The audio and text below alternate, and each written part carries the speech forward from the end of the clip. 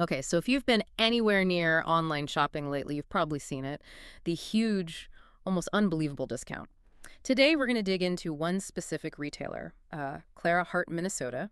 They're running this 26th anniversary sale right now, and they're advertising like supposedly up to 80% off things like handbags, winter jackets, boots, the works. Yeah, that 80% off, it really grabs your attention, doesn't it? But looking at the sources here, it seems the real cost isn't just the price tag. It's more about the risk, the logistical headaches involved. So I think our mission here is clear. We need to look beyond that flashy discount and, really pinpoint the potential problems with this kind of online setup. Right, let's unpack that because it's not just about, say, cheap products. It sounds like there's a whole pattern here, Yeah. almost designed to shift risk onto the buyer. Exactly. It feels like the whole operation might be set up to minimize their own accountability Mm. and maybe even hope the customer just gives up if there's a problem. Yeah. Okay, so where does that risk start?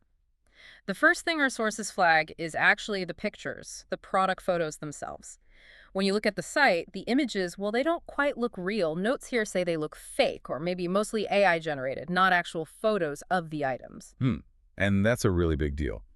AI can create these perfect looking images that might not match reality at all. It's sort of an algorithmic fantasy, right? Right. Optimized to sell, maybe hiding flaws or making materials look better than they are. And that matters because, well, the feedback suggests the product you actually get often looks nothing like what's advertised. You're essentially buying the picture, not the item. So how do they manage these super low prices and use these potentially fake images? That seems to lead straight to sourcing, right? Yeah, the sources point pretty clearly to China. Products sourced in large quantities, often through platforms like Alibaba. That's how you get those deep discounts. Okay, so direct sourcing from China via wholesale sites. And that sourcing model itself, shipping directly like that, it bypasses a lot of the usual checks. Quality control, consumer protection stuff we might expect here. If they don't have local checks, they can offer 80% off, sure, but any quality issues, that risk gets pushed onto you, the customer. Which brings us to the returns. This sounds like where things get really sticky, the refund process. Oh yeah, that seems to be the core financial trap here. So let's say you buy that jacket. It was listed at $200. You snagged it for $40. Great deal. But then it arrives and it's not what you saw online. Right. And now you want your $40 back. This is where the sources highlight the main hurdle.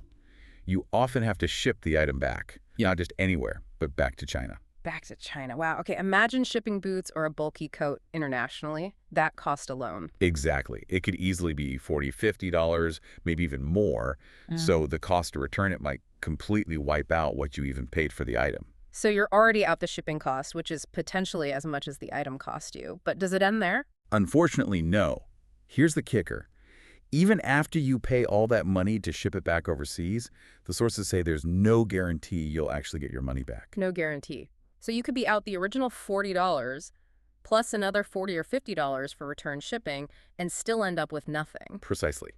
You've lost time, you've lost the shipping money, you've lost the original purchase price. It really feels like the whole return process is designed to make you just not bother. That international shipping fee becomes the real barrier. It discourages the return entirely. And then there's the final layer of risk, which is sort of the lack of a safety net. The sources mention there's no physical store or local presence. It's all purely online. Right, purely online, likely based offshore. So there's no local shop to go to, no easy way for local consumer protection agencies to step in, zero local footprint. Okay, so putting it all together, you see these incredible discounts from a place like Clara Hart, Minnesota. Then you notice the images look maybe a bit too perfect, possibly AI generated. And then you find out returns mean shipping it back to China with no guarantee of a refund. It definitely paints a picture. It's a classic high-risk model, yeah. Yeah. The discount looks good up front, but it seems heavily subsidized by the potential loss you face if anything goes wrong. So the takeaway here for you, the listener. It really raises a key question, doesn't it? Beyond just chasing the lowest price, how much value should you put on things like seeing real, honest product photos? And maybe even more importantly, having a clear, easy, and ideally local return policy. That makes sense. Because sometimes, that easy free refund is actually worth more than the initial saving. If getting your money back is designed to cost you more money, well, that discount wasn't really a discount at all. It's maybe just the price of learning a hard lesson.